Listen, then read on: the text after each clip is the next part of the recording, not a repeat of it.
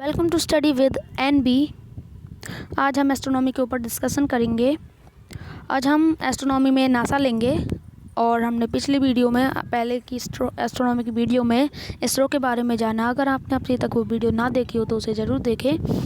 Description box में link available है, please check the video. NASA, जिसकी फुल फॉर्म है National Aeronautics and Space Administration, and NASA start हुई थी जुलाई 29, 1958। But ये एक तरीके से फुल स्टार्ट हुई थी, जब इसमें वर्क स्टार्ट हो गया था वो हुआ था 1 अक्टूबर 1958। और नासा की कहानी जुड़ी हुई है स्पुतनिक 1 से, जो कि पहली आर्टिफिशियल थिंग थी जो कि स्पेस में गई।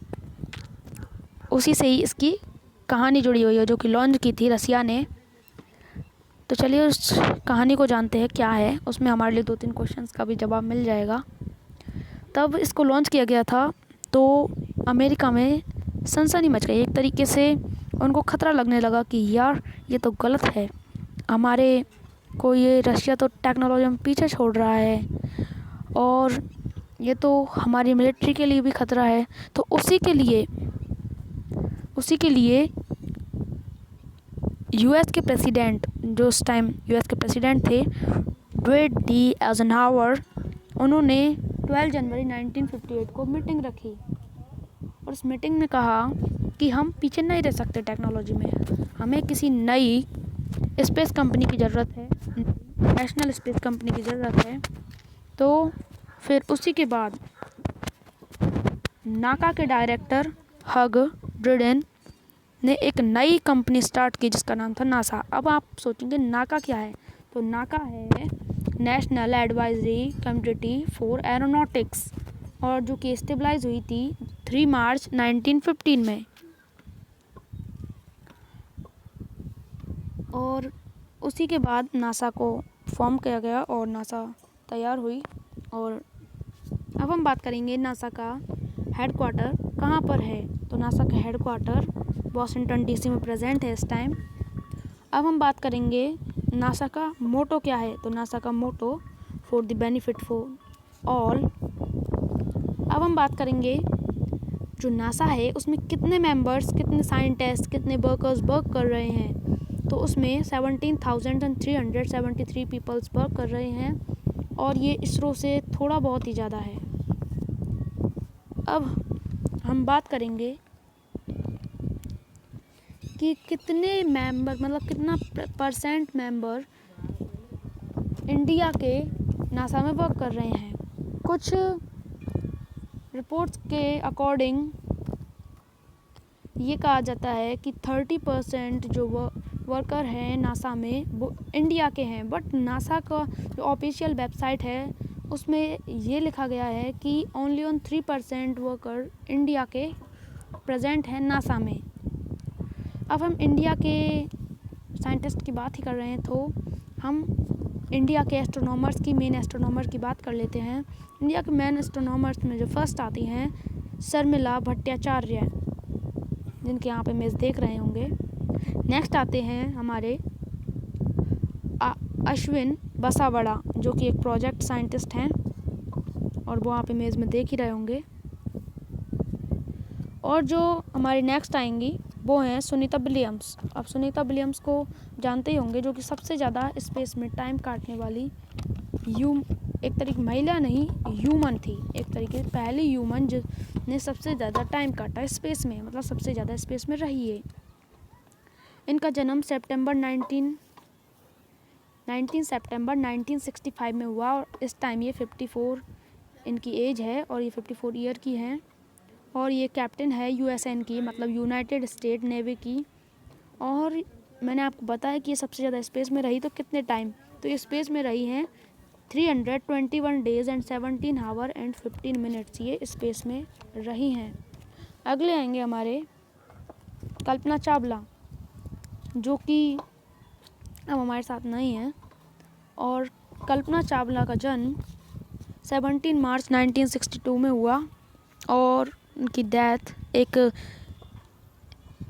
एक तरीके से स्पेस हादसे में हुई, और वो हुई थी 1 फरवरी 2003 में, जो कि इनका दूसरा मिशन था स्पेस में। और ये अगर हम इसके स्पेस टाइम की बात करें तो ये 31 days and 14 our and 54 minutes space में रही। और अगर हम इनका सिलेक्शन की बात करें कि इनका नासा में कब सिलेक्शन हुआ, तो इनका नासा में सिलेक्शन हुआ था 1994 में। अब हम बात करेंगे नासा के बजट के बारे में कि नासा का बजट कितना है। तो नासा का बजट 0.48% है यूएस गवर्नमेंट का, यूनाइटेड स्टेट का, जैसा कि आप इस पेज में देख रहे होंगे। इसका बजट है 262.9 करोड़ यूएस डॉलर। अब हम बात करेंगे स्पेस में नासा द्वारा छोड़ी गई पहली सैटेलाइट, तो उसका नाम है एक्सप्लोरर 1, जिसकी इमेज आप देख रहे होंगे। अब हम बात करेंगे नासा के मून मिशंस के बारे में। तो नासा का फर्स्ट मून मिशन था रेंजर 4, जो कि 23 अप्रैल 1962 में सक्सेसफुली पहुंच गया था मून तक। अब हम बात करेंगे उस मिशन में जिसमें हमारे नील आर्मस्ट्रॉन्ग, जिन्होंने पहला कदम रखा मून पर, और मतलब एक तरीके से पहले कदम रखने वाले इंसान बने मून पर, पहले कदम रखने वाले इंसान। तो वो गए थे अपोलो 11 मिशन के द्वारा, और उसमें 3 क्रू मेंबर्स थे।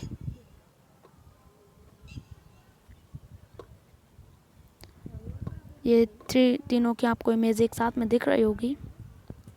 नील आर्मस्ट्रॉन्ग भी थे इसमें। और नील आर्मस्ट्रॉन्ग ने जब लैंड पर पैर रखा फर्स्ट टाइम, तो वो रखा था 20 जुलाई 1969 में 2017 UTC के टाइम के अकॉर्डिंग, है ना। अब हम बात करेंगे कि नासा ने अब तक कितने एस्ट्रोनॉमर्स भेज चुके हैं नासा मून पर। तो मून पर अब तक नासा 12 एस्ट्रोनॉमर्स भेज चुका है। अब हम बात करेंगे नासा के फर्स्ट मार्स मिशन की। तो वो था मैरिनियर 3, जो कि एक फेलियर मिशन था, और ये हुआ था 5 नवंबर 1964 में, और ये एक फेल मिशन था। अब हम बात करेंगे इसके सेकंड मिशन के बारे में, जो कि मैरिनियर 4 था, जो कि लॉन्च हुआ था 14 नवंबर 1965 में, और इन दोनों का budget 55.4 crore and 55.4 crore, but Mariner 4 successful हो चुका था। और अगर हम इस टाइम की बात करें, ये कितने टाइम तक रहा था, तो ये 3 ईयर एंड 23 डेज़ तक इसने हमारे लिए, नासा के लिए मैसेज सेंड करे थे। अब हम बात कर लेते हैं मैरिनियर 4 के बाद और कौन कौन से स्पेस क्राफ्ट्स या फिर कौन कौन से मिशंस सक्सेसफुली मार्स पर पहुंच चुके हैं। तो पहला हमारा आता है मार्स पाथफाइंडर, जो कि 4 दिसंबर 1996 में लॉन्च हुआ था, और ये सक्सेसफुली पहुंच गया था। आप इसकी कुछ इमेजेस देख सकते हैं। नेक्स्ट हमारा आता है मार्स इनसाइट मिशन, जो कि 5 नवंबर 2018 में लॉन्च हुआ था। और जो हमारा थर्ड आता है वो है क्यूरियोसिटी रोवर, जो कि इस टाइम भी हमारे लिए काफ़ी संदेश भेज रहा है, और ये लॉन्च हुआ था 26 नवंबर 2011 में। वैसे तो इसका टाइम अगर लगाया जाए तो नासा ने इसको ऐसा समझ के भेजा था कि 2 साल तक हमारे लिए 2 ईयर तक हमारे लिए भेजता रहेगा सिग्नल्स और सारी चीज़ें, और काफ़ी सारी खोज कर लेगा। बट ये उनके टाइम के बहुत दूर चले गया। अब हम बात करेंगे नासा के सबसे लॉन्गेस्ट मिशन के बारे में, जिनमें हमारे आते हैं Voyager 1, Voyager 2, Hubble, Apollo, Viking, pioneer. ये सारे मिशंस आते हैं लॉन्गेस्ट मिशन में नासा के लॉन्गेस्ट मिशन में। इसमें से जो सबसे दूर गया है वो है वॉयेजर 1, जो कि हमारे सोलर सिस्टम का जो लास्ट लाइन है, जो कि यहाँ पर है, तो उसको ये पार कर चुका है। ये देखिए, आप देख रहे होंगे, ये वॉयेजर 2 भी इसको पार कर चुका है।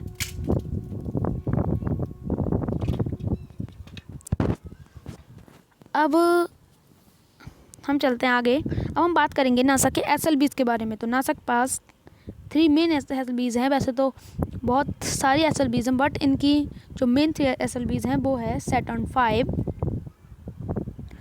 फैल्कन 9, ये तो है फैल्कन 9, ये है एटलस 5 और ये है सैटर्न 5। ये तीनों की इमेज आपने देखी। अब हम बात कर लेते हैं नासा और इसरो का मिशन, जो कि ड्यूल फ्रिक्वेंसी सिंथेटिक रडार का मिशन है। तो वो मिशन हमारे अर्थ के सारे एक्टिविटीज़ को एक तरीके से देखेगा और फिर हमारे लिए पहले ही बता देगा कि क्या होने वाला है अर्थ पर। तो उसके लिए नासा और इसरो ने ये मिशन रखा है। इसका नाम है निशार और ये बहुत एक तरीके से बड़ा मिशन रहेगा, जो कि नासा और इसरो एक साथ में मिलकर कर रही हैं।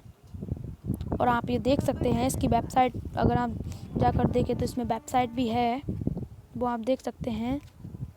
और अगर हम इसके मिशन ड्यूरेशन की बात करें तो 3 इयर्स है और इसका मिशन टाइप है ये रडार इमेजिंग, जो मैंने आपको पहले बता दिया है। Study with NB channel, this channel only on for study। Thank you for watching this video friends.